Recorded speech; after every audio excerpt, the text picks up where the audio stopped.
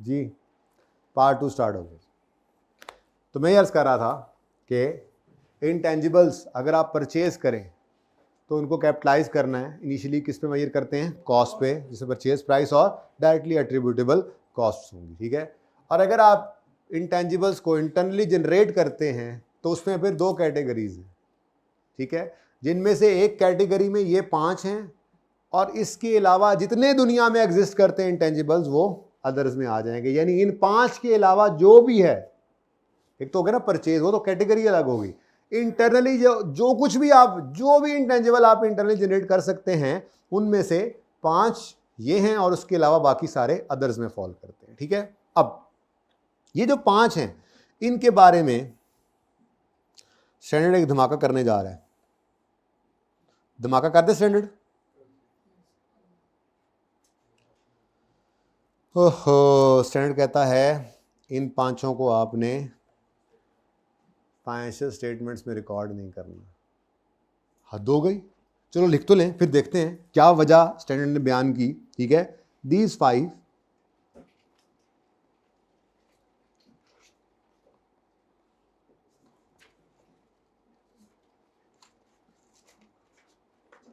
Are not an intangible asset. Are intangible ही नहीं है। वो कहता है ये तो इंटेंजिबल एसेट्स हैं ही नहीं, यानी कि इनको रिकॉर्ड आपने, मतलब क्या, not shown in financial statements. Asset ही नहीं है, ठीक है, not shown in financial statement. बल्कि ये ना लिखो बस, ठीक है, इंटेंजिबल नहीं है, बस नहीं है तो नहीं है, इंटेंजिबल के तौर पे नहीं आना, ठीक है।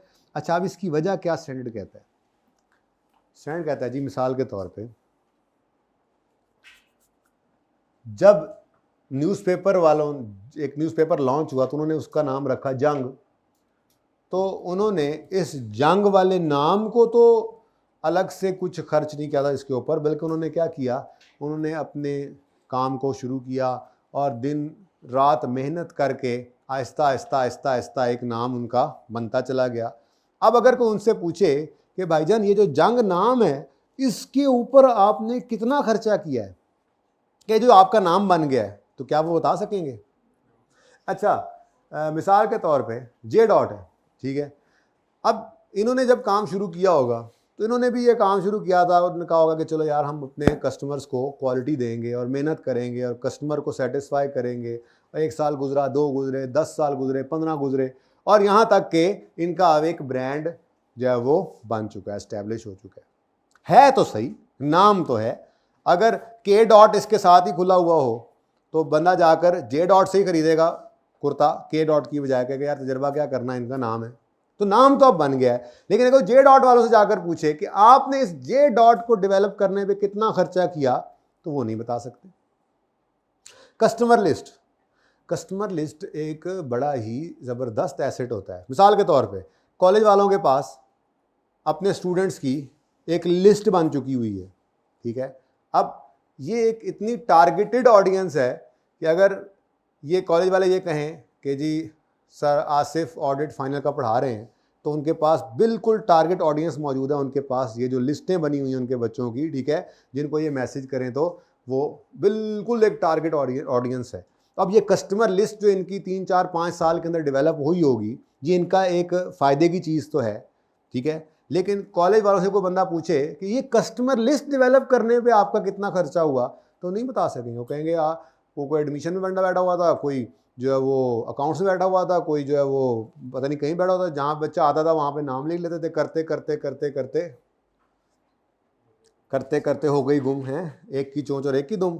तो करते करते ये लिस्ट बन गई जी, हमें तो पता ही नहीं चला, क्लियरली नहीं बता सकते, ठीक है ना। तो इसके पीछे जो ये गुडविल भी ऐसे ही है ब्रांड की तरह से, ठीक है। तो इसके पीछे स्टैंडर्ड की लॉजिक ये है कि इनको इंटेंजिबल इसलिए नहीं कहता स्टैंडर्ड को, वो कहता है कि इनकी कॉस्ट रिलायबली मेजरेबल नहीं है। और आपको इनिशियल रिकग्निशन पर एक एसिड की वो आप रिकग्निशन क्राइटेरिया पढ़ा करते थे IS 16 के अंदर, यहाँ पे भी वैसा ही मौजूद है। IS 16 के अंदर आप क्या रिकॉर्डिंग क्राइटेरिया पढ़ते थे कि cost reliably measure, future economic benefits probable हो, कॉस्ट रिलायबली मेजरेबल हो। अल्लाह करे मुझे यहाँ पे नजर आ जाए।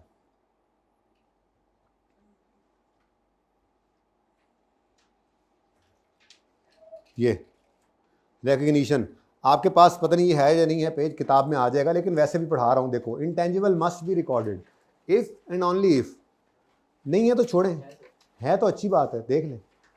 If and only if it is probable that future benefits will flow and cost can be measured. अब कोई एसेट रिकॉर्ड करना है तो उस एसेट, इन्वेस्टमेंट प्रॉपर्टी में भी यही था, ठीक है, एसेट अगर रिकॉर्ड करना, IAS 41 में भी यही होगा, लेकिन उसमें एक चीज़ ऐड कर दी उन्होंने, वो गायों भैंसों को जब रिकॉर्ड करने की बारी आएगी एक चीज़ एडिशनल डाली हुई छोटी सी, ठीक है। तो ये कॉस्ट रिलायबली मेजरेबल होना तो जरूरी है। अब इन पांचों के अंदर मसला क्या है, ये अहम बात क्या है, इसके ऊपर वाली हेडिंग, अहम बात क्या है, इसके ऊपर वाली हेडिंग किधर गई। अगर ये इंटरनली, अभी थोड़ी देर बाद एक और सिचुएशन बताता हूं, लेकिन फिलहाल क्या है, अगर ये इंटरनली जनरेटेड हैं तो इनकी कॉस्ट रिलायबली मेजरेबल नहीं है, ठीक है। तो वजह क्या है, स्टैंडर्ड क्या कहता है, because A cost can not be measured reliably.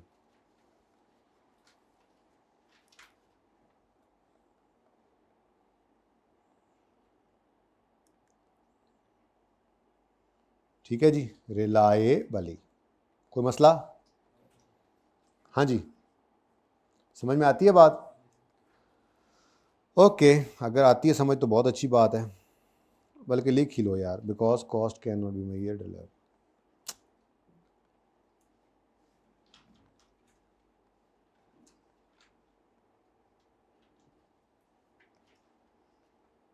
अच्छा, पेन भी अब थोड़ा गर्म हो गया, सही होने लग गया है ना, 1.5 महीने से बंद पड़ा था ना। अच्छा जी, लेकिन मिसाल के तौर पे मैंने जो के डॉट खोली थी साथ ही, मैं तंग आ गया, मैंने कहा यार के डॉट ने चलना नहीं है, मैं चला गया जे डॉट वालों के पास, मैंने कहा यार बस करो, बहुत हो गया, तुम अब ये मुझे बेच दो। तो उन्होंने कहा ये सारा स्टॉक, ये दुकान, ये सब कुछ मिसाल के तौर पे 10 करोड़ का है, और जे डॉट के नाम के 10 करोड़ अलग हैं, तो मैं वो जाके अगर 20 करोड़ का खरीद लेता हूँ, तो जे डॉट का जो ब्रांड का जो नाम, जो ब्रांड है, ये मैंने खरीदा या इंटरनली जनरेट किया, तो मैं इसकी कॉस्ट रिलायबली मेजर कर सकता हूँ अब। तो मेरे लिए ये मेरी किताबों के अंदर एक इंटेंजिबल बन जाएगा, क्योंकि ये इंटरनली जनरेटेड से निकल गया, और निकल कर कहाँ चला गया, सेम ऐसे ही भाई ने संघ अखबार खोला था, जंग के मुकाबले में संघ, ठीक है, और इन्होंने तंग अखबार खोला था, दोनों का अखबार नहीं चला, ठीक है। तो इनमें से एक भाई ने सोचा कि क्यों ना हम जंग को ही एक्वायर कर लें, तो अगर वो जंग को खरीदने जाएंगे तो जंग के जो टेंजिबल एसेट्स होंगे उनके तो पैसे वो लेंगे ही लेंगे, जो उन्होंने कई साल मेहनत करके ये नाम बनाया, तो इस नाम के भी वो पैसे लेंगे, बोलो। तो अब वो पैसे तो रिलायबली मेजरेबल हैं, तो जब ये भाई संघ अखबार वाले भाई जब जंग को खरीदेंगे, तो जो जंग के पैसे, जंग नाम के मस्ट हेड के जो पैसे इन्होंने पे करके परचेज किया, तो ये इनके लिए अब इंटरनली जनरेटेड नहीं रहा, बल्कि ये क्या बन गया, ये इनके लिए परचेज बन गया। और ये बाकी सारे भी, ये कस्टमर लिस्ट, कॉलेज वालों के लिए ये कस्टमर लिस्ट जो है ये इंटेंजिबल नहीं है, लेकिन ये मेरे भाई ने पेशावर में कहा मैंने कॉलेज ओपन करना है और मुझे ये लिस्ट चाहिए, कॉलेज वालों ने इनको ये लिस्ट जो है वो 10 लाख रुपए की बेच दी। अब कॉलेज वालों की किताबों में ये इंटेंजिबल नहीं था, लेकिन ये भाई की किताब के बैलेंस शीट के अंदर ये इंटेंजिबल में कस्टमर लिस्ट नज़र आएगी, ठीक है। तो अगर आपको इन 5 में से आगे चल के अभी ज़िंदगी में इन 5 में से कोई भी चीज़ बैलेंस शीट के अंदर नज़र आए, तो समझ जाना कि वो क्या है, परचेज वाला है, क्योंकि इंटरनली जनरेटेड तो रिकॉर्ड हो ही नहीं सकता। तो ये बात मैं लिख लूं, फिर आपका सवाल है मैं उसका जवाब देता हूं, ठीक है। तो इसको आगे लिखो, अब यहां पे एक स्टार लगाओ। इफ एनी ऑफ अबव 5, बल्कि if above 5 are purchased,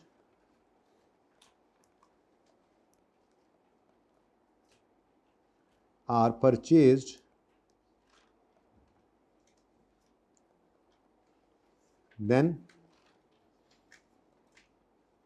capitalise, ठीक है जी। क्योंकि वो फिर क्या हो जाएगा, वो तो फिर इस तरफ चला जाएगा, फिर तो इंटेंजिबल खरीदा है आपने।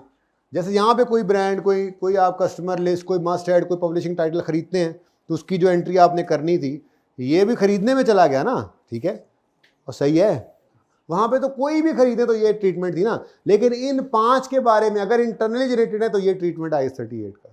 लेकिन अगर यही आपने कहीं से खरीदे हैं तो फिर आपके लिए इंटरनली जनरेटेड तो नहीं है ना, परचेज में चले गए तो फिर इनको भी इंटेंजिबल, नाम से धोखा ना खा जाना, इसलिए ये बात लिखी है, ठीक है, गॉट इट। चलें आगे। अच्छा, और जो अदर्स हैं, ये जो अदर्स है ना जी, अदर्स, अब ऊपर क्या लिखा हुआ है जी, इंटरनली, यानी आपने खुद बनाए। बोलो, जैसे मैं मिसाल लेता हूं ये फार्मूला की, हम कोविड आ गया था तो हम उस कोविड के दौरान ही हम अपनी वैक्सीन तैयार कर रहे हैं, वैक्सीन का फार्मूला तैयार कर रहे हैं। अब उसका एक प्रोसेस होता है, ठीक है ना। क्या शुरू होगा जी, सबसे पहले रिसर्च शुरू होती है। सबसे पहले क्या करते हैं जी, रिसर्च, उसकी डिफरेंट एक्टिविटीज हैं, स्टैंडर्ड ने उस एग्जांपल्स दी हुई हैं, सब कुछ पढ़ाया जाएगा आपको इंशाल्लाह, ठीक है ना। मोटी मोटी बातें उसमें से हम जहन नशीन कर लेंगे, ठीक है। तो रिसर्च एक्टिविटी स्टार्ट होती हैं, लेकिन रिसर्च में ना आप ऐसे बस हाथ पांव मार रहे होते हैं अंधेरे के अंदर, टामकटोइयाँ, ठीक है ना, हाथ पांव मार रहे होते हैं, आपको समझ नहीं आ रही होती, आप इधर भी जा रहे हैं उधर भी जा रहे हैं, कुछ कभी कुछ कर रहे हैं, ठीक है। तो रिसर्च फेज के जितने खर्चे हैं, स्टैंडर्ड कहता है उसको आप एसिड नहीं बना सकते, अभी तो आपको पता ही नहीं है कि आप वैक्सीन बना पाएंगे या नहीं, फार्मूला बनेगा या नहीं। फिर रिसर्च के बाद आपको कुछ जो है वो हाथ आना शुरू हो जाते हैं, कोई जो है वो रास्ता नज़र आना, कुछ रोशनी की किरणें नज़र आना शुरू हो जाती हैं। तो फिर डेवलपमेंट फेज, इसको कहते हैं कि अब हमें नज़र आ गया, कोई रास्ता दिख गया है, डेवलपमेंट फेज स्टार्ट हो गया। डेवलपमेंट फेज को भी स्टार्ट होते ही नहीं स्टैंडर्ड कहता कि इसको कैपिटलाइज कर लो, इस खर्चे को, खर्चे हो रहे हैं ना, खर्चे। पहले ये बात ज़हन में रखें, हमने साइंसदानों को बिठाया हुआ है, रिसर्च जैसे उन्होंने शुरू की है, जिस दिन से वो आके हमारे पास बैठे हैं चिट्टे कोट पहन के, उस दिन से हम उनको पैसे दे रहे हैं, तनख्वाह दे रहे हैं, उनको खिलाना पिलाना कर रहे हैं, उनका रहना सहना देख रहे हैं, उनको जिस लेबॉर्ट्री में या जिस जगह बिठाया हुआ है वहाँ पर हमारे ओवरहेड्स लग रहे हैं, उनको इक्विपमेंट दे रहे हैं, उनको मटेरियल ला के दे रहे हैं, तजर्बे कर रहे हैं। तो खर्चे तो हमारे पहले दिन से शुरू हो गए हैं, जिस दिन से हमने रिसर्च स्टार्ट की है हमारे खर्चे तो स्टार्ट हो गए हैं। अब ये जो खर्चे हो रहे हैं, ये खर्चे जब तक रिसर्च चल रही है तो P&L के अंदर एक्सपेंस बनाओ, एक्सपेंस बनाओ। स्टैंडर्ड कहता है, एसिड कहता है इसको एसिड नहीं बनाना, ये क्या है, एक्सपेंस। फिर आपको मैंने कहा कोई किरणें रोशनी की नजर आई, कोई रास्ता मिलता हुआ नजर आया, कोई ट्रैक लग रहा है कि अब चढ़ने वाले हैं, ये भी स्टैंडर्ड ने एग्जांपल्स बताई हुई हैं कि डेवलपमेंट फेज कब स्टार्ट होगा। सवाल में आपको वो अल्फाज नजर आएंगे जिससे आपको लगेगा कि ये डेवलपमेंट, ठीक है। तो डेवलपमेंट फेज भी जब स्टार्ट होगा तब भी जो खर्चे हो रहे हैं, स्टैंडर्ड कहता है अभी भी रुको, अभी भी रुको। एक क्राइटेरिया सेट है, 6 क्राइटेरिया हैं। कितने क्राइटेरिया, ये भी लिखा हुआ है, ये भी पढ़ाया जाएगा, ये भी इंशाल्लाह आपको ज़हन नशीन हो जाएगा इंशाल्लाह। फिलहाल क्योंकि मैं इसके ऊपर ज़्यादा बात नहीं करने लगा, इसको बस मैं रिसर्च डेवलपमेंट थोड़ी बात करके इसको स्टॉप करूंगा इंशाल्लाह, क्योंकि IS 36 में रिवाइज करना है ना, ठीक है। तो रिसर्च, क्योंकि वो बात आगे बढ़ेगी ना तो बोझ ज़्यादा ना डल जाए, बोझ एक हिसाब का ही डाला जा सकता है ना आप, ठीक है। तो कल इंशाल्लाह फिर ये जो मैं बात कर रहा हूँ ना, रिसर्च क्या होती है, डेवलपमेंट क्या होती है, खर्चे कैसे होते हैं, कैपिटलाइज कैसे करना है, और ये सारी बातें इंशाल्लाह हम करेंगे कल। हम प्रॉपर 1 से 2 सवाल इसके करेंगे, सिर्फ हम इंटरनली जनरेट करेंगे ये वाले, ठीक है। लेकिन फिलहाल ज़रा सिर्फ बेसिक बना लें। तो मैं ये अर्ज़ कर रहा था कि आपने जब इंटरनली जनरेट करना होता है एसिड्स को, इनको जो कि 5 नहीं है बल्कि उनके अलावा कोई से भी हैं, जैसे मैंने मिसाल के तौर पे फार्मूला की एग्जांपल ले ली, तो आपको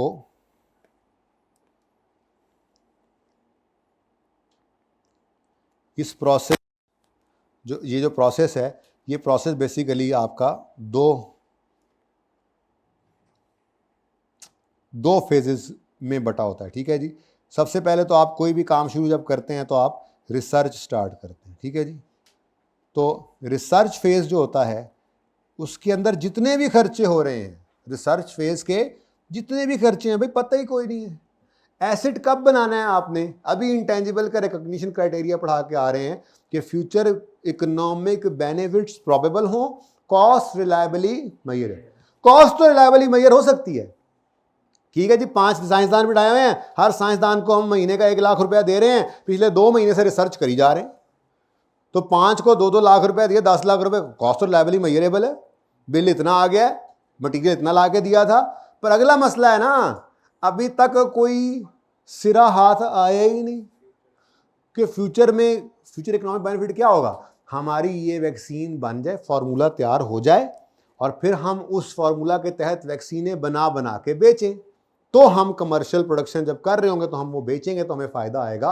तो वो फायदा कब आएगा, जब वैक्सीन तैयार होगी। अभी तो हमें पता नहीं लग रहा है, रिसर्च चल रही है, पता नहीं कहीं पे हम पहुंचते भी हैं या नहीं पहुंचते हैं। तो कॉस्ट लेवल ही मैयर हो सकती है, तो दूसरी तरफ वाला मसला आ गया, फ्यूचर बेनिफिट्स प्रोबेबल नहीं है। तो रिसर्च फेज के जितने भी खर्चे होंगे, रिसर्च फेज की एग्जांपल्स स्टैंडर्ड ने दी हुई हैं, बाकी रिसर्च फेज के अंदर खर्चे यही हो सकते हैं जो मैंने आपको बताए हैं, डिफरेंट, ठीक है, यही 2-4 चीजें हो सकती हैं ना, ठीक है। तो रिसर्च फेज के जितने भी खर्चे होंगे, रिसर्च फेज के जितने भी खर्चे होंगे, उन सबको आपने क्या करना है, एक्सपेंस आउट।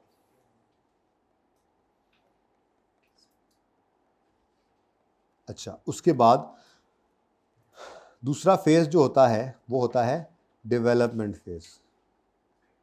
डेवलपमेंट फेज जो है जी, ये फिर आगे टूट जाता है। मतलब डेवलपमेंट तो शुरू हो गई, लेकिन अभी भी स्टैंडर्ड कहता है मेरी कुछ तसल्ली, 6 क्राइटेरिया डिफरेंट उसके अंदर मैं पढ़ाऊंगा आपको। जैसे उसमें लिखा होता है कि जी हम साइंसदानों से पूछते हैं कि यार कोई टेक्निकल फिजिबिलिटी भी है, सही तजर्बा है आपका, हाँ बड़ी वैक्सीनें बनाई हैं। फिर आप चले जाते हैं जो बिजनेस का ओनर है, उससे आप पूछते हैं भाईजान को फाइनेंशियल फिजिबिलिटी भी है या नहीं। ये अपना मतलब रियाज साहब, ये जो आपने साइंसदान बिठा दिए हैं, वैक्सीन बना रहे हैं, शुगर लगा रहे हैं आप, सच में बनानी हो? नहीं मैंने कहा वेले बैठे हुए लगा दो इनको काम पे, मेरे पास तो इतने को पैसे कोई नहीं कि मैं इसका फिर प्लान लगाऊं। ये तो ऐसी बातें, अगर डेवलपमेंट शुरू भी हो गई है तो ऐसी बातें जो हैं वो जब पूरी नहीं होंगी तो हम क्या कह सकते हैं कि हम उस तरफ जाएंगे पूरी तरह से? तो उस तरफ जा ही नहीं रहे। इस तरह की और 4-5 चीज़ें हैं, 6 क्राइटेरिया हैं टोटल, वहीं से पढ़ाऊंगा आपको, ठीक है। ऐसे ही हम सेल मार्केटिंग वालों से जाकर पूछते हैं भाईजान जब बन जाएगी तो बेच लोगे, ठीक है। उसके बाद फिर अपने दफ्तर में आके बैठते हैं और देखते हैं कॉस्ट लायबिलिटी मेजरेबल है।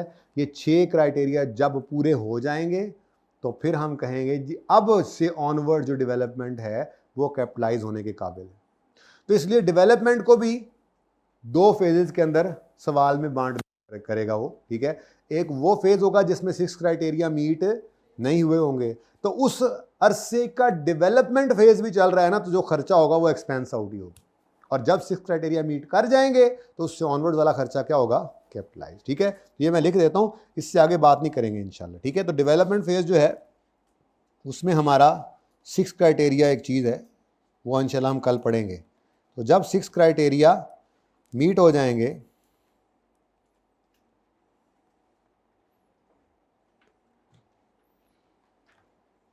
जिस वक्त 6 क्राइटेरिया मीट हो जाएंगे,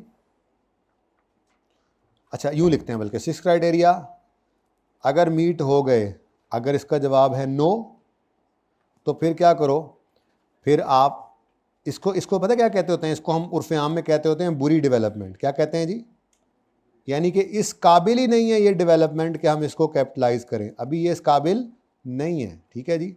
तो बुरी डेवलपमेंट, आसान याद रहने के लिए हम इसको यूँ बोल दिया करते हैं। तो अगर ये डेवलपमेंट है तो क्या करोगे इसको, ठीक है जी। और अगर आपके 6 क्राइटेरिया मीट हो गए हैं, यानी इसका आंसर यस है, जिसको हम कहा करेंगे अच्छी वाली डेवलपमेंट। कौन सी डेवलपमेंट? अच्छी डेवलपमेंट। तो फिर आप कैपिटलाइज कर लोगे इसको, ठीक है जी।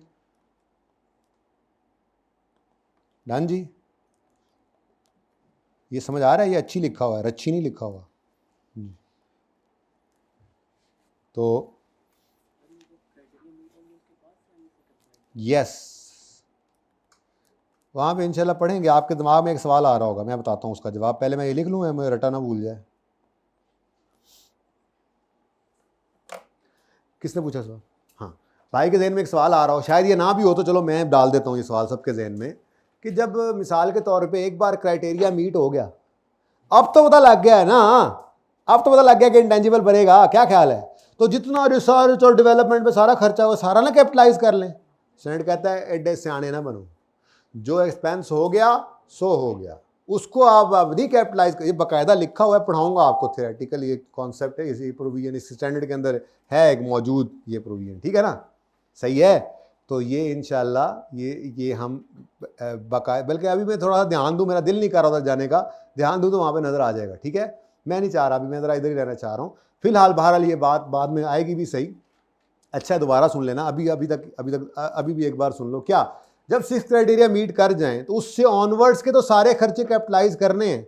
लेकिन जहन में क्या आता है, जब रिसर्च चली थी जो खर्चे हो रहे थे, डेवलपमेंट बुरी वाली में जो खर्चे होते, अब तो पता लग गया ना, अब से ऑनवर्ड्स तो इसको कैपिटलाइज कर लें। तो सेंट कहता है नहीं जी, बहुत मेहरबानी आपकी, जहां तक एक्सपेंस आउट हो गए सो हो गए, अब ऑनवर्ड्स ये नहीं करना कि इनको भी उठा के कैपिटलाइज कर दें, ये गए सो गए। जब 6 क्राइटेरिया मीट हुए हैं तो उस दिन से ऑनवर्ड्स अब जितने खर्चे हैं उनकी entry expense debit cash credit ना करो, उनकी एंट्री करो इंटेंजिबल एसेट डेबिट। हाँ, इंटेंजिबल को अभी वर्क इन प्रोसेस कह लो, ठीक है। और जब ये इंटेंजिबल कंप्लीट हो जाए तो ये भी डेप्रिशिएट होता है, क्योंकि इसकी भी एक लाइफ होती है। लेकिन उस डेप्शन का नाम यहाँ पर क्या होगा, अमोर्टाइजेशन। बस इतना सा फर्क है, ठीक है। ओके डन जी स्टूडेंट।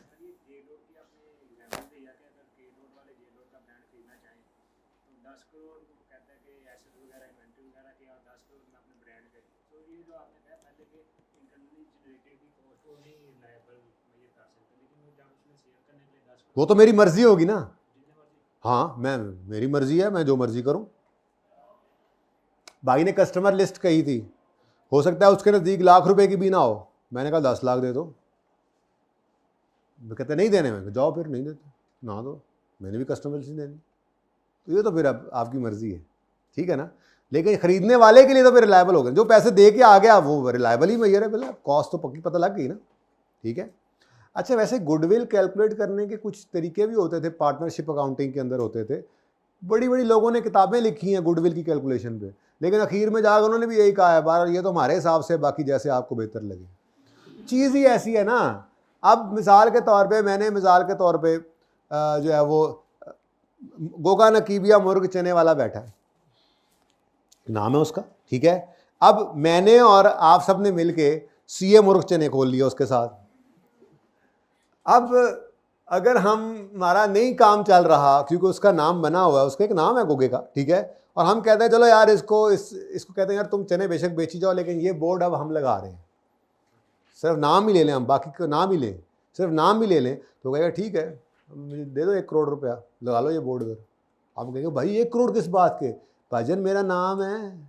अब वो मैयर हम नहीं कर सकते, अब उसकी मर्जी है, वो मांग रहा है तो मांग, ठीक है। वैसे बाय द वे आप जाकर पढ़ेंगे ना, हम कंसोलिडेशन के अंदर हम पूरा बिजनेस एक्वायर करते हैं। जब पूरा बिजनेस एक्वायर करेंगे ना तो उसके अंदर हम ये देखेंगे कि हम सारे एसेट्स की फेयर वैल्यू पर लेकर आएंगे उनको। मिसाल के तौर पे हमारे सारे एसेट्स जो हैं, जो हमने जाके ख़रीदा किसी बिज़नेस को, उसके सारे एसेट्स की फेयर वैल्यू निकली 800 रुपये, लेकिन अगले ने हमें ये बिज़नेस बेचा 1000 रुपये का, तो फिर 200 रुपये हमने किसका दिया, गुडविल का। तो ये निकला करेगी वहाँ पे, कैलकुलेशन भी सीखेंगे इंशाल्लाह थोड़ी सी, ठीक है। ओके लो जी, ये इंटेंजिबल्स हैं फिलहाल, बाकी अब इससे ज़्यादा इसके ऊपर बहस अब नहीं करते, नहीं तो गल जी वध जानी, क्योंकि वो बहुत सिंपल है, वो तो FAR 1 के लेवल तक काफ़ी था। नई चीज़ हमने ये पढ़ी, इसमें कोई इतना मसला नहीं था। यहाँ पे अब अकाउंटिंग इन्वॉल्व हो रही है, तो ये कल बाकायदा पढ़ेंगे। पहले 1-2 सवालों में मैं इसका ट्रीटमेंट सिखाऊंगा, फिर थ्योरी पढ़ाऊंगा। पहले हम असल में अकाउंटिंग करते हैं, फिर थ्योरी पढ़ते हैं ना, ठीक है। रिसर्च फेज़ की क्या एग्जांपल्स हैं, डेवलपमेंट फेज़ की एग्जांपल्स क्या हैं, 6 क्राइटेरिया क्या बला है, फिर पर्चे में ये किस तरह से आते हैं, ये सारी चीज़ें फिर हम 1 बाय 1 करेंगे। लेकिन अगर इधर हाथ डालेंगे तो फिर वो मसला होगा, अब ये कल ही करेंगे, ठीक है। अभी जो तकरीबन 25 मिनट बच रहे हैं ना, इसमें अब इंशाल्लाह हम IAS 36 रिवाइज करेंगे, इम्पेयरमेंट ऑफ एसेट्स, ठीक है। अच्छा पहले तो खींच लें फोटो,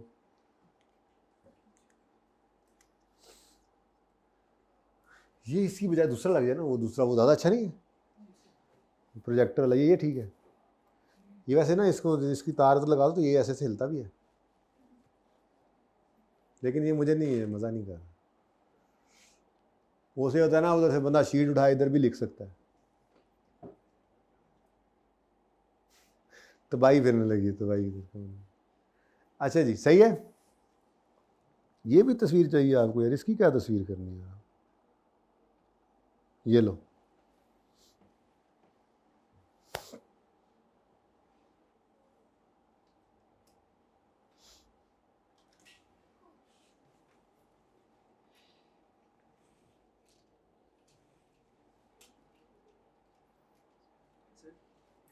फिर डेवलपमेंट फेज चल रहा हूँ और हमें लगे कि मतलब सही है, अच्छी वाली डेवलपमेंट हो रही है और हमने फिर कैपिटलाइज कर लिया एक साल, दूसरे साल भी कर लिया, लेकिन तीसरे साल लगा कि हो ही नहीं सकता, छोड़ दिया। हाँ, तो फिर उसको जो पिछला किया था वो उसको सारे को एक्सपेंस आउट कर देंगे। अगर पड़ा हुआ है तो सारा एक्सपेंस आउट कर देना, मसला क्या है। जो पिछले साल हो गया वो तो हो गया ना, उस वक्त तो अंदाज़ा यही था ना कि एसिड बनेगा, तो एसिड में नज़र आ पिछले साल अमोर्टाइज वैसे नहीं हुआ। अच्छा, वैसे आपस की बात है, अभी ये डिस्कशन ना कल प्रॉबेबली हो जाएगी। जो आपका अंडर कंस्ट्रक्शन इंटेंजिबल होता है ना, जिसको आप कह रहे हैं वर्क इन प्रोग्रेस जिस तरह से होता है, तो वो अमोर्टाइज तो होता नहीं है भाई, अहम बात कर रहा हूँ। अमोर्टाइज तो होता नहीं क्योंकि वो अभी रेडी टू यूज़ नहीं हुआ, लेकिन उसको हर साल इम्पेयरमेंट से गुजारना ज़रूरी है। इंडिकेशन ऑफ इम्पेयरमेंट नहीं चाहिए, लेकिन अभी मैं इम्पेयरमेंट नहीं रिवाइज कराई तो आप मुझे उस तरफ ना लेके जाओ। तो यानी अगर आपका ऐसा एसेट है ना जो इंटेंजिबल जो बन रहा है, तो हर साल के एंड पे उसको इम्पेयरमेंट टेस्ट से गुजारते हैं, ठीक है ना। तो अगर कोई इम्पेयरमेंट हो तो वो चार्ज करते हैं, और अगर उसके बाद भी फिर ऐसा गड़बड़ हो जाए तो फिर राइट ऑफ करेंगे, जाहिर सी बात है, उसको ऐसे थोड़ी रख सकते हैं। लेकिन इंशाल्लाह दीज थिंग्स विल कम फिलहाल तो वेलकम, पहली क्लास है। हाँ जी, चलें आगे, जाओ फिर। इस तो अगे किधर जाना है, दीवार है भान तुसी। ओके, अच्छा यार, यहाँ पर ना आपके पास वो कॉन्सेप्ट बिल्डिंग क्वेश्चंस होंगे कुछ एक, थोड़ी थ्योरी ना देख लें कौन कौन सी हमने पढ़ ली। आपके पास थ्योरी कौन, दिखाओ जरा मुझे। ये सही कर रहे हो तुम, वो जो उधर लिखा हुआ था ना इधर ही साथ ही,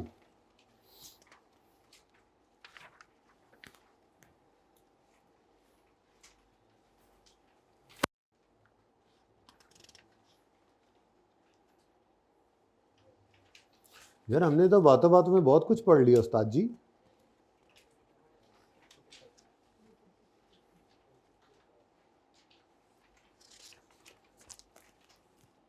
मैं आपको बताता हूँ आपने क्या क्या पढ़ के आना, और फिर मैं मुझसे कल पूछना भी है।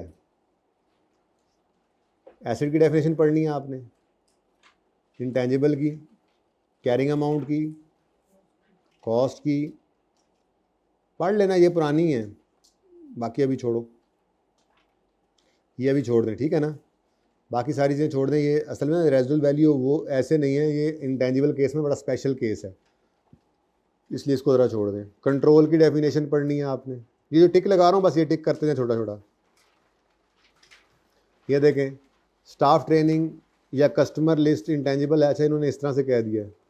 स्टाफ ट्रेनिंग नहीं है इंटेंजिबल, कस्टमर लिस्ट भी नहीं है इंटेंजिबल, इस तरह से लिखा हुआ, पढ़ना है 12 लिस्ट को भी, ठीक है। फ्यूचर इकोनॉमिक बेनिफिट्स पढ़ा दिया है, वैसे पढ़ लेना।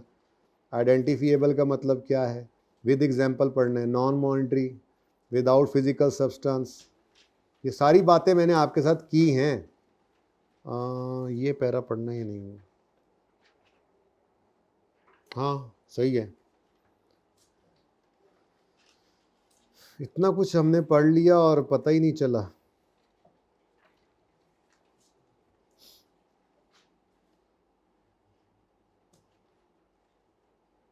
बस ज़्यादा बदहज़मी ना हो जाए। वैसे आगे अपनी चीज़ें कुछ पढ़ ली हैं, लेकिन अभी मैं उनको ना छेड़ना नहीं चाह रहा, ठीक है।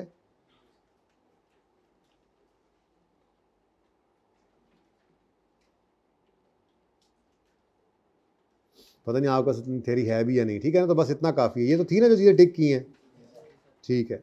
स्कोप मैं खुद पढ़ाऊँगा, हो सकता है एंड पे ही पढ़ाऊँ, फिलहाल बस ये आपने कंट्रोल, फ्यूचर, ये सब कुछ पढ़ लेना, ठीक है। बस इससे आगे नहीं जाना, यहाँ तक। और इसमें भी आपने फ़िलहाल इन चीज़ों को नहीं पढ़ा, ये ठीक है। इनके अलावा डन हो गया। चलें आ जाएं अब क्वेश्चंस पे। लगा तो मैंने पढ़ाना थोड़ा ही था, मैंने कहा ही आपको पढ़ाना नहीं, आप पढ़ लेना वह घर जाके ये चीज़ें। अब हम तो गपशप ही लगा रहे हैं आज।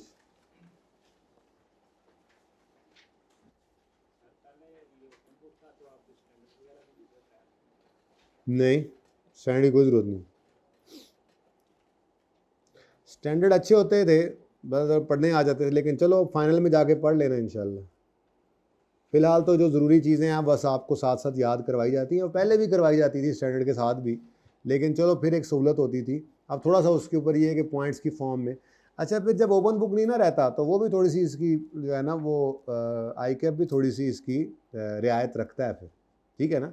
तो बहरहाल जो मोटी मोटी चीज़ें वो हम याद करेंगे। जैसे अभी आपको ये चीज़ें याद हो गई हैं जो मैंने पढ़ाई हैं, मैं कल सुनूंगा आपसे, बल्कि अभी भी सुन सकता हूँ।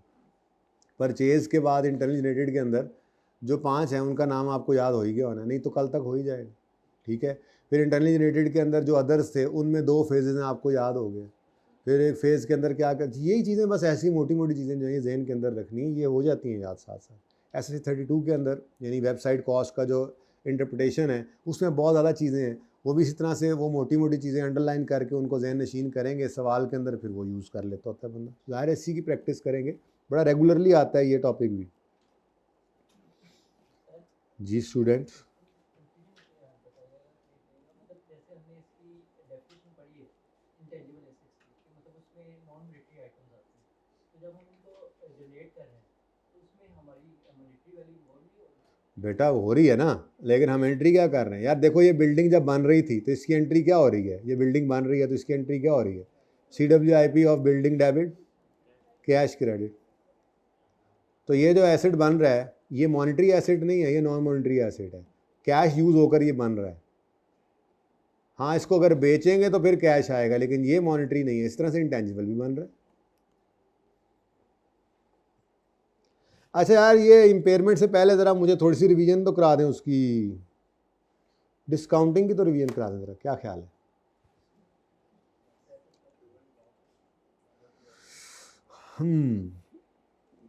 We will receive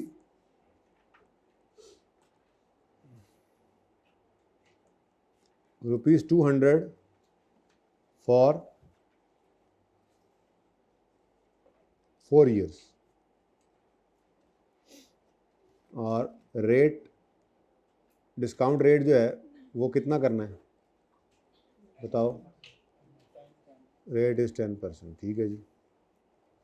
तो बेसिकली ये मामला है कि आपके 4 साल के कैश फ्लोज हैं, ठीक है।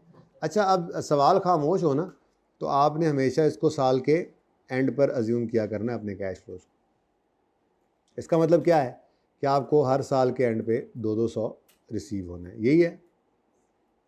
अब मिसाल के तौर पे ये 2011, 12, 13 और 14, मैं कहता हूँ दिसंबर ईयर एंड है अगर कि 1 जनवरी पर प्रेजेंट वैल्यू निकालनी है।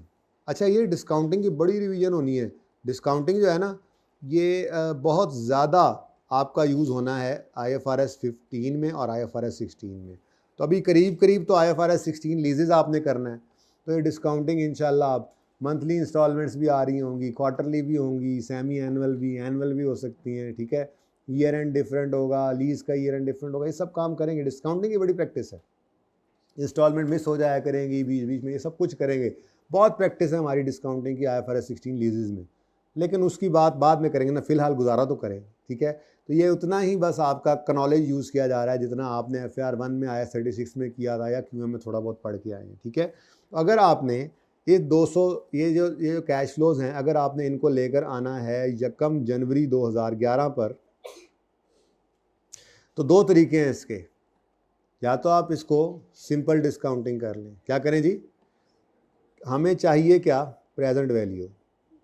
क्या चाहिए जी, प्रेजेंट वैल्यू 1 जनवरी 2011 की, ठीक है। तो ये प्रेजेंट वैल्यू जो है ये 2 तरीक़ों से निकल सकती है, ठीक है। सिंपल डिस्काउंटिंग कर लें,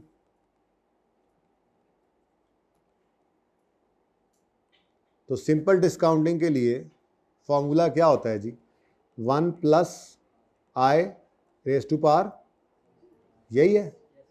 अच्छा मल्टीप्लाई किस चीज़ को करना है, कैश फ्लो को। तो बोलो ये 200 रुपये आना है ना, इसको क्या कहते थे आप, R कहते थे, क्या कहते थे, जो भी कह लें, ठीक है।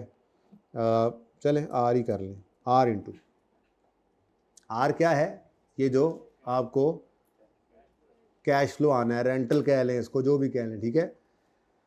तो अब अगर सिंपल डिस्काउंटिंग करनी है तो मुझे काफ़ी तफसीली काम करना पड़ेगा। 100 × 1 पॉइंट, अच्छा देखो 1 + 0.1 होता है ना, तो ये 1.1 बन सकता है ना, ठीक है।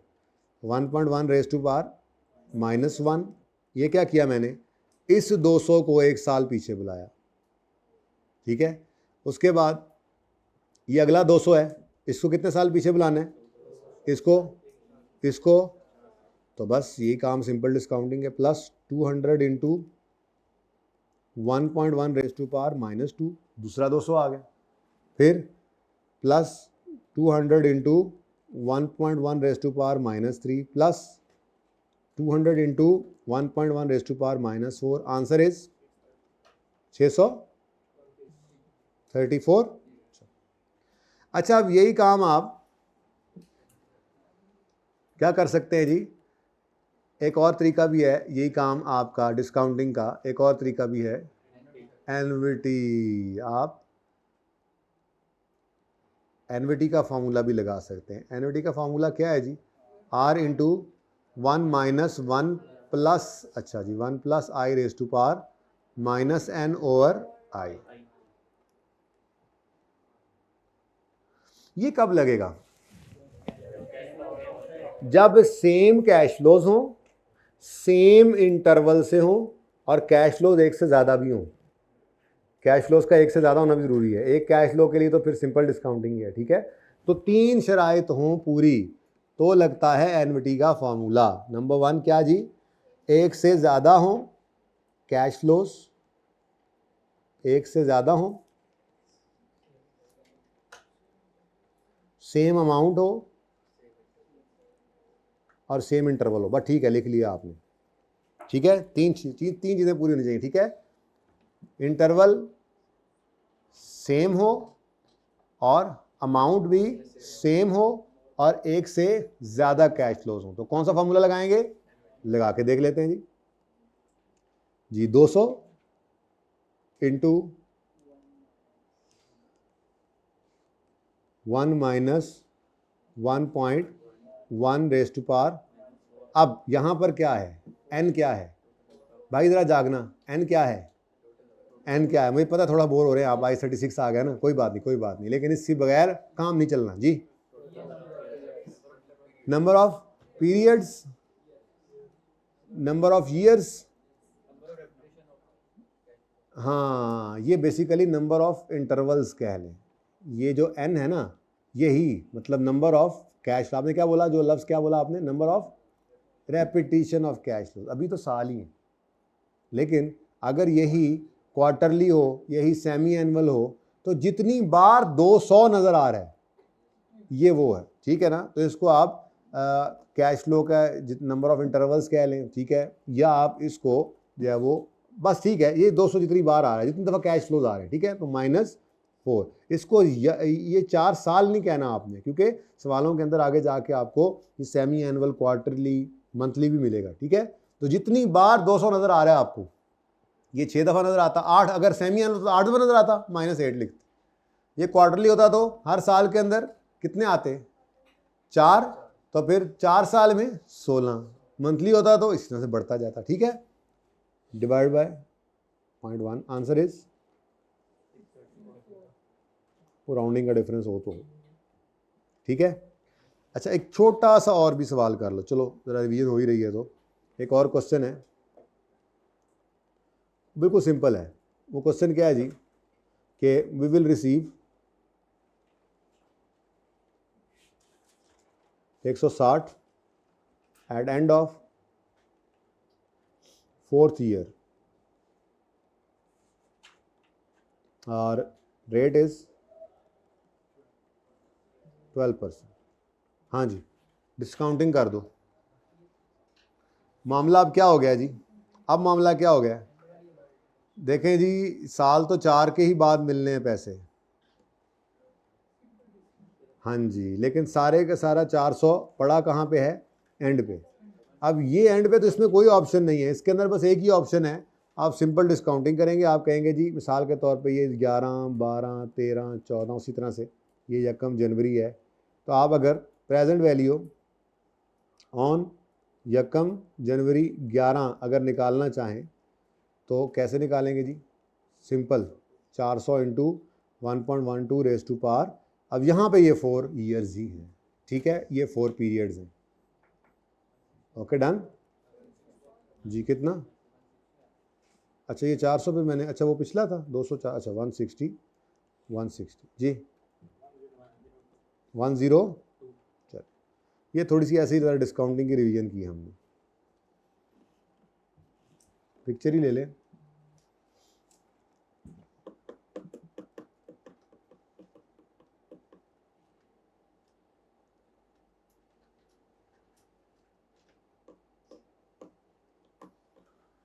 बोर्ड रो रहा है कि मुझे यूज़ करें, पहला दिन है ना, अब क्या करें, चलो अब उसको यूज़ भी करना है, ठीक है। अच्छा जी डन हो गया। चले जी आ जाए, पिक्चर लेनी है अभी लेना भाई। यार अब पिक्चर आपने ले ली तो मैं क्या करूँगा फिर? अच्छा पानी नहीं पिलाया यार आपने भाई।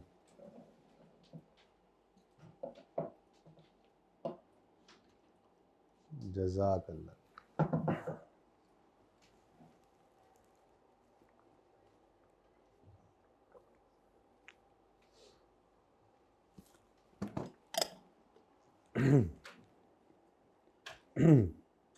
अच्छा जी पेज नंबर आपके पास कौन सा बिल्डिंग क्वेश्चन का पहला क्वेश्चन? वैसे पेज नंबर नीचे वही डाले हुए हैं, 233 नंबर सफ़ा, ये किताब का भी यही सफ़ा होगा जब आएगी तो, ठीक है। कैलकुलेट इम्पेयरमेंट लॉस ऑन 31 दिसंबर 2015। ठीक है जी, सवाल की रिक्वायरमेंट पहले पढ़ी।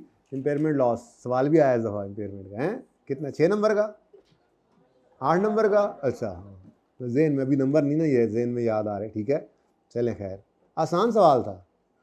बस यही बात जो बच्चे भूल जाते हैं ना, जो बच्चों को बताया जाता है कि कैश फ्लो, चलो डिस्कशन नहीं करनी चाहिए, ठीक है। अच्छा अच्छा जी, अ कंपनी परचेज अ बस कॉस्टिंग 500 ऑन यकम जनवरी 2013। It's useful life is 5 years, following information is available on 31 दिसंबर 15, यानी कि 13, 14, 15 3 साल गुजर गए। A competitor came in market so we decided to check our bus for impairment test. देखो जी, आपकी अगर एक रूट के ऊपर बस चल रही है और वहाँ पर कोई और बस भी आ गई है तो क्या आपको कोई रिस्क है? क्या रिस्क है? जाहिर सी बात है, रूट तो वही है, पैसेंजर आपके डिवाइड हो जाएंगे, ठीक है। तो जो आपने सोचा था शायद अब उतना फ़ायदा आपको आपकी बस ना दे सके। तो इंडिकेटर्स आपने बड़ी तफसील से FAR 1 में पढ़े थे, यहाँ पर उनको पढ़ने की ज़रूरत नहीं है, बस रिवीजन करनी है हमने कि इम्पेयरमेंट करनी पड़े तो कैसे करते हैं, ठीक है ना, इतनी सी रिवीजन। लेकिन बहरहाल ये भी एक रीज़न थी, अगर कोई कंपेटिटर आ जाता है आपका तो आपको ज़रूरत पड़ जाती है अपने एसेट को इम्पेयरमेंट टेस्ट से गुजारने की, ठीक है। तो वो इम्पेयरमेंट टेस्ट कैसे लगाते थे हम उसकी तरफ जा रहे हैं। इंडिकेटर्स को यहाँ पे टेस्ट नहीं करता आपके, ठीक है ओके। अच्छा मतलब इंडिकेटर्स को इस तरह से MCQ, क्योंकि सिलेबस में नहीं है ना, पता है आपको, आपके जहन के अंदर हैं 2-4 बातें, उनमें से कोई लफ्ज़ लिख देगा, जैसे यहाँ पे कंपेटर लिख दिया और फिर इम्पेयरमेंट की बात कर रहे हैं कि इम्पेयरमेंट टेस्ट से गुजारें, ठीक है। मामला कुछ इस तरह से अब इस वक्त कि आपका जो एसिड था वो 3 साल पुराना हो चुका हुआ है, ऐसा ही है, बोलो। और यहाँ पर इस वक्त मौजूद हैं आप 31 दिसंबर कौन सा है जी, 15 पे, और अभी इसकी लाइफ के 2 साल, आपकी बस के लाइफ के 2 साल बाकी हैं, ठीक है। अब यहाँ पे खड़े होकर कंपेटिटर साहब तशरीफ़ ले आए हैं। अब यहाँ पे खड़े होकर अगर आप मुझे थोड़ा सा याद करवा दें, वैसे ये एसिड ख़रीदा कितने का था जी? अच्छा, और इसकी यूज़फुल लाइफ कितनी थी? कहीं पे रेजल वैल्यू गिवन नहीं है, यहाँ पर फ्यूचर कैश फ्लोज दिए हुए हैं और यहाँ पर लिखा हुआ है eight the end of life of बस कैन बी सोल्ड फॉर, और कॉस्ट इसकी होगी, और if we sell bus today तो उसके बाद उसके ऊपर इतने पैसे मिलेंगे, ठीक है। तो ये सारी बातें करने के बाद ये 15 पे बता रहा है, ठीक है ना, ऐसी कोई बात नहीं समझ लेनी कि ये कोई रेजल वैल्यू। रेजल वैल्यू वो होती है जो सवाल के स्टार्ट के अंदर ही वो लिख देता है कि स्टार्ट पर ही लाइफ के हम ये एस्टीमेट लगा रहे हैं, सिंपल ओके। अब 500 का एसिड खरीदा था, 5 साल अगर लाइफ थी तो ये 100 रुपये डेप्रिशिएट हुआ होगा, फिर 100 रुपये हुआ होगा, और फिर 100 रुपये हुआ होगा। ऐसे नहीं करना, हमने सवाल करना है, अभी करते हैं। इस वक्त इस एसिड की बुक वैल्यू क्या है? अब कोई बच्चा मुझे ये बता दे कि हम कौन कौन सी दो चीज़ों को कंपेयर किया करते थे। बुक वैल्यू यानी कैरिंग अमाउंट जो है इसको किससे कंपेयर करते थे? Recoverable amount. रिकवरेबल अमाउंट क्या होती थी? Higher of. अच्छा, यानी कि फिर हमें अगली अब चीज़ चाहिए, वो क्या है जी? Fair value less cost to sell at the end of life. नहीं, if we sell bus today तो 130 माइनस 14, ये सवाल प्रॉपर अपने तरीके पे करते हैं लेकिन फिलहाल जरा जी 130 माइनस 14 कितना?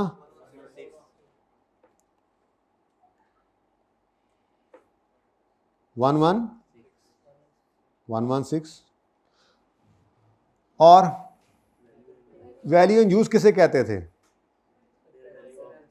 कि अगर एसिड को यूज करें तो कितनी वैल्यू मिलेगी। अब उसने कहा अगर आप इस एसिड को यूज करते हैं 31 दिसंबर पे, फ्यूचर कैश फ्लोज कितने हैं? एनुअल इनफ्लो 70 का, एनुअल आउटफ्लो 15 का। इसको नेट करें तो कितना बनता है? 55 रुपए का नेट इनफ्लो आएगा हर साल। और साल कितने बाकी हैं? 2। और तो और एंड ऑफ लाइफ पर 25 माइनस 2 यानी कि 23 का ये।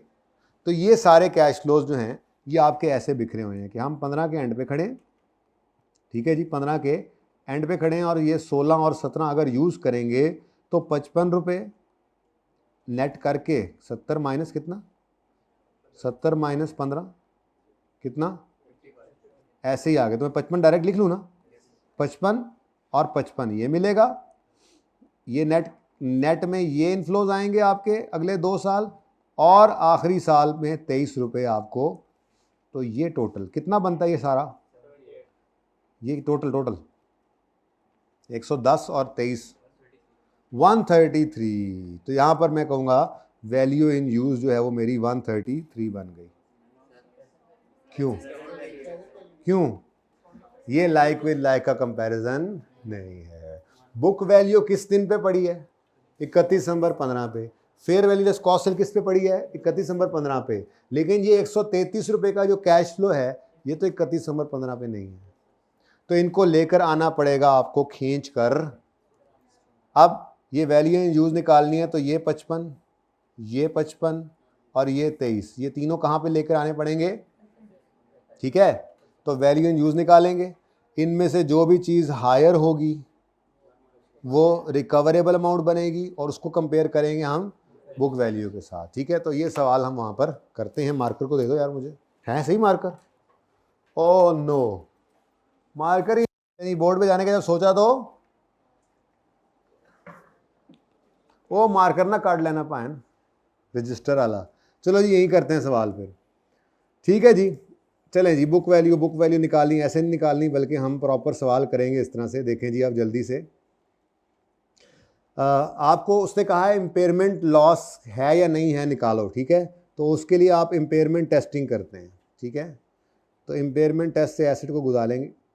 इम्पेयरमेंट टेस्ट में आप दो चीज़ों को कंपेयर करते हैं। ये बात बार बार करनी है आपने क्योंकि थ्योरेटिकल सवालों में ये ऐसे लिखना भी पड़ता है, ठीक है। इम्पेयरमेंट टेस्टिंग के लिए क्या कहोगे आप? कौन सी दो चीज़ें कंपेयर करनी है? बुक वैल्यू और, थोड़ा सा हिम्मत कर लो, ठीक है, सफ़र तो नहीं करके आया आप। अच्छा चलो, बुक वैल्यू और रिकवरेबल अमाउंट, ठीक है। तो पहली चीज़ हमें क्या चाहिए? Book value. अब बुक वैल्यू कैसे निकलेगी? Cost minus accumulated depreciation. ये 1 साल की डेप्रिसिएशन, कितने साल गुजर चुके, ये ऐसे पर्चे में आप सवाल करेंगे जी। बुक वैल्यू, कोई मसला? दूसरी चीज हमें क्या चाहिए? रिकवरेबल। अच्छा, अब रिकवरेबल अमाउंट जो है वो होती है higher of, recoverable amount is higher of fair value less cost to sell, higher of number 1 fair value less cost to sell और वैल्यू इन यूज। अब fair value less cost sell कितनी निकली है जी? 130 माइनस 14 116। वैल्यू इन यूज कैसे निकालेंगे जी? अब यहीं पर डिस्काउंटिंग करें, सिखा लिए, इसीलिए मैंने प्रैक्टिस पहले सारी कर दी थी जो रिवीजन। ये तो सिर्फ इतना सा याद करना था कि ये दो चीज़ें कंपेयर करनी है। तो 55 पर एनवर्टी का फॉर्मूला लगा सकते हो और 23 पर सिंपल, या तीनों को भी अलग अलग कर सकते हो। क्या करें? 55 पे एनवीटी लगा दें, 55 इंटू 1 माइनस 1 पॉइंट, ओहो डिस्काउंट रेट कितना देखा ही नहीं, ओके 1.12 रेज टू पावर कितने दफ़ा 55 आ रहा है, -2 डिवाइड बाय 0.12, ऐसे ही है, प्लस बाकी बच गया कितना 20, इसको सिंपल डिस्काउंट कर दो 1.12 रेज टू पावर जी, आंसर 111, एडी कोशिश तो बाद फ़ायदा ही कौन सी। चलें जी, इनमें से हायर क्या है, तो रिकवरेबल अमाउंट क्या बन गई 116। अब मुझे बताओ देख कर इसको 200 और 116 के कंपैरिजन में कि आपने जो एसेट अपनी किताबों में 200 पर शो किया हुआ है, क्या उसकी औकात 200 की भी है? आप जितना मर्जी जोर लगा लें, आपको ये एसेट 116 से ज़्यादा, देखो कोई भी एसेट है ना आपके पास, तो आप उससे दो तरह का ही फ़ायदा ले सकते हैं, मैक्सिमम पॉसिबल अल्टरनेटिव दो तरह के ही होते हैं, ठीक है। कोई सा भी एसेट है, आपके पास कोई गाड़ी है, आपके पास कोई मोटरसाइकिल है, आपको कोई भैंस है, कोई बकरी है, कोई मुर्गी है, जो भी एसेट आपके पास है, दो तरह का ही फ़ायदा दे सकता है वो आपको, या आप उसको आज ही बेच दें या आप उसको इस्तेमाल करके उससे कैश फ्लो फ्यूचर में कमाएं।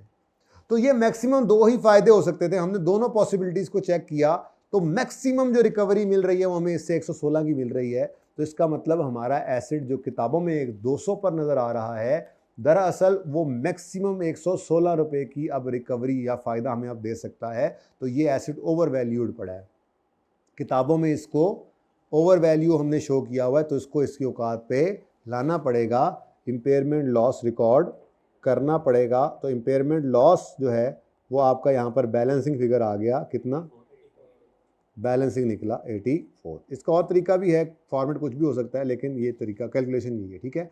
अच्छा, अगर मिसाल के तौर पे ये 200 होता और यहाँ पे 210 आ जाता, तो इम्पेयरमेंट या तो होती है या नहीं होती, ठीक है ना। खैर अभी तो इम्पेयरमेंट आ गई, तो ये 84 रुपीज़ की इम्पेयरमेंट है। अब बस इसकी एंट्रीज करके इसके एक्सट्रैक्ट्स बना के आपको छुट्टी देनी है, ठीक है। क्या टाइम हो गया हैं, 128। चलो ठीक है, मैं कल आते साथ इसमें जो काम करूंगा वो क्या करूंगा, मैं आपके साथ 13, 14, 15 सुने, 2013, 2014, 2015 ये 3 साल की मैं एंट्रीज करूंगा। आप करके आए तो बहुत अच्छी बात है, मुझे कोई मसला नहीं है। मैं यहाँ पर इन 3 साल की एंट्रीज करूंगा और फिर इन्हीं 3 साल के मैं एक्सट्रैक्ट्स बनाऊंगा, और this will not take more than 2 to 3 minutes. लेकिन अभी नमाज का टाइम चूँकि हो चुका है, इसलिए आप चाहें तो आप इसकी जर्नल एंट्रीज भी करके एक्सट्रैक्ट्स बना के लाइएगा, ताकि कल मेरे साथ मैच कर सके, ठीक है जी। मिलते हैं कल, ज़िंदगी रही तो। अल्लाह हाफ़िज़, अस्सलाम वालेकुम।